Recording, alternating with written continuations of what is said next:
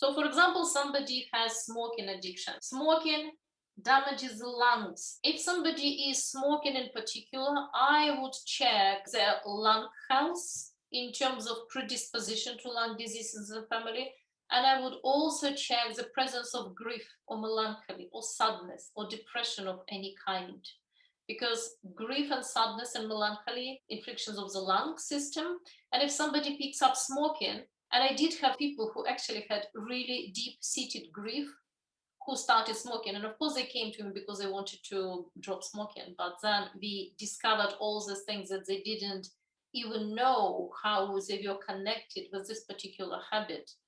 And of course, when you really look into origin of the habit, then the habit can go. And only then it can go when you really look what created it. If somebody, for example, overeats, or they eat wrong type of food, wrong kind of combination, especially if there is sweet food or anything like that, I would check again system of stomach, pancreas, spleen, because this is more earth. In case of smoking, lungs and grief, this is metal element, according to Chinese medicine. With stomach, spleen, pancreas is earth. It's a different involvement. And one interesting implication here could be that people can at some point have lost what is called sweetness of life. When we are children, we have this sweet feelings, expectations, and very often children are fed sweets for that matter.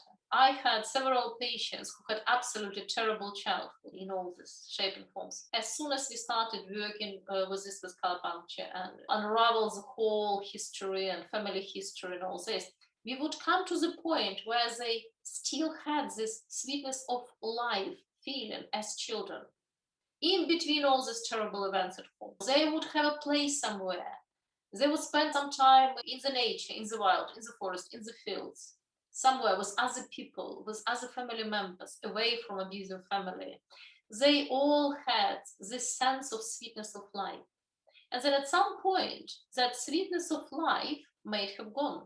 And then we have totally normal person with totally normal childhood grown up, who, for example, just worked a lot, or there was a problem in relationship for a long time, or there was something else, some problem which went on for a really, really long time. And that created this loss of hope that life will ever be sweet again.